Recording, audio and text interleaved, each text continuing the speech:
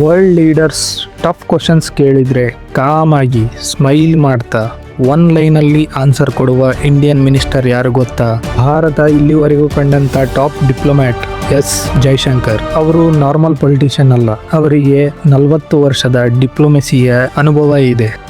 1977ರಲ್ಲಿ Indian foreign service join ಆದರು. ನಂತರ US, China, Japan, Singapore ಹೀಗೆ ಹಲವು ಪವರ್ಫುಲ್ ಕಂಟ್ರಿಯಲ್ಲಿ ಇಂಡಿಯನ್ ಅಂಬಾಸಿಡರ್ ಆಗಿ ವರ್ಕ್ ಮಾಡಿದ್ರು. ಲೇಟರ್ ಅವರು ಇಂಡಿಯಾಸ್ ಟಾಪ್ ಡಿಪ್ಲೊಮ್ಯಾಟ್ ಅಂದ್ರೆ ಫಾರಿನ್ ಸೆಕ್ರೆಟರಿ ಆಗಿ ಕೆಲಸ ನಿರ್ವಹಿಸಿದ್ರು. India US nuclear deal negotiation ಇರಲಿ, ಚೈನಾ ಟೆನ್ಷನ್ ಟೈಮ್ ಅಲ್ಲಿ ಡಿಪ್ಲೊಮೆಸಿ ಮಾಡೋದಾಗಿರ್ಲಿ, ಗ್ಲೋಬಲ್ ಸ್ಟೇಜ್ ಅಲ್ಲಿ ಇಂಡಿಯಾದ ಇಂಟ್ರೆಸ್ಟ್ ಗಳನ್ನ ಡಿಫೆಂಡ್ ಮಾಡಿರೋದಾಗಿರ್ಲಿ, ಇವೆಲ್ಲವುಗಳ ಹಿಂದೆ ಇರೋದು ಎಸ್ ಜೈಶಂಕರ್ ಅವರ ಸ್ಟ್ರಾಂಗ್ ಡಿಪ್ಲೊಮೆಸಿ. ಇನ್ನು ಪ್ರೆಸ್ ಕಾನ್ಫರೆನ್ಸ್ ನಲ್ಲಿ ಅವರು ಆನ್ಸರ್ ಕೊಡುವ ಸ್ಟೈಲ್ ವರ್ಲ್ಡ್ ಪ್ರೆಸ್ ಮೀಡಿಯಾಗೆ ಶಾಕ್ ಕೊಡುತ್ತೆ. ಉದಾಹರಣೆಗಾಗಿ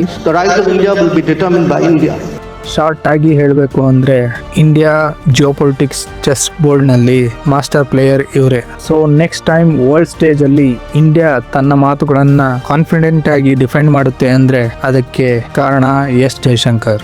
ಜಿಯೋಪೊಲಿಟಿಕ್ಸ್ ಚೆಸ್ ಬೋರ್ಡ್ ಅಲ್ಲಿ ಇವರು ಕಿಂಗ್ ಅಲ್ಲ, ಕಿಂಗ್ ಮೇಕರ್. ಬಟ್ ಕೊನೆಯದಾಗಿ ಉಳಿಯೋದು ಒಂದೇ ಪ್ರಶ್ನೆ, ಇಂಡಿಯಾಗೆ ಫ್ಯೂಚರ್ ಅಲ್ಲಿ ಬಿಗ್ಗೆಸ್ಟ್ ಚಾಲೆಂಜ್ ಏನು ಅಂತ ನಿಮಗೆ ಅನ್ಸುತ್ತೆ? US ಅಥವಾ ಚೈನಾನ ಅಥವಾ ಬೇರೆ ಯಾವ್ದಾದ್ರು ಪ್ರಾಬ್ಲಮ್? ಕಮೆಂಟ್ ಮಾಡಿ ನಿಮ್ಮ ಒಪಿನಿಯನ್ ತಿಳಿಸಿ. ಇಂಥ ಪವರ್ಫುಲ್ ಸ್ಟೋರೀಸ್ಗೆ ಚಾನಲ್ನ ಸಬ್ಸ್ಕ್ರೈಬ್ ಮಾಡಿ. ಧನ್ಯವಾದಗಳು.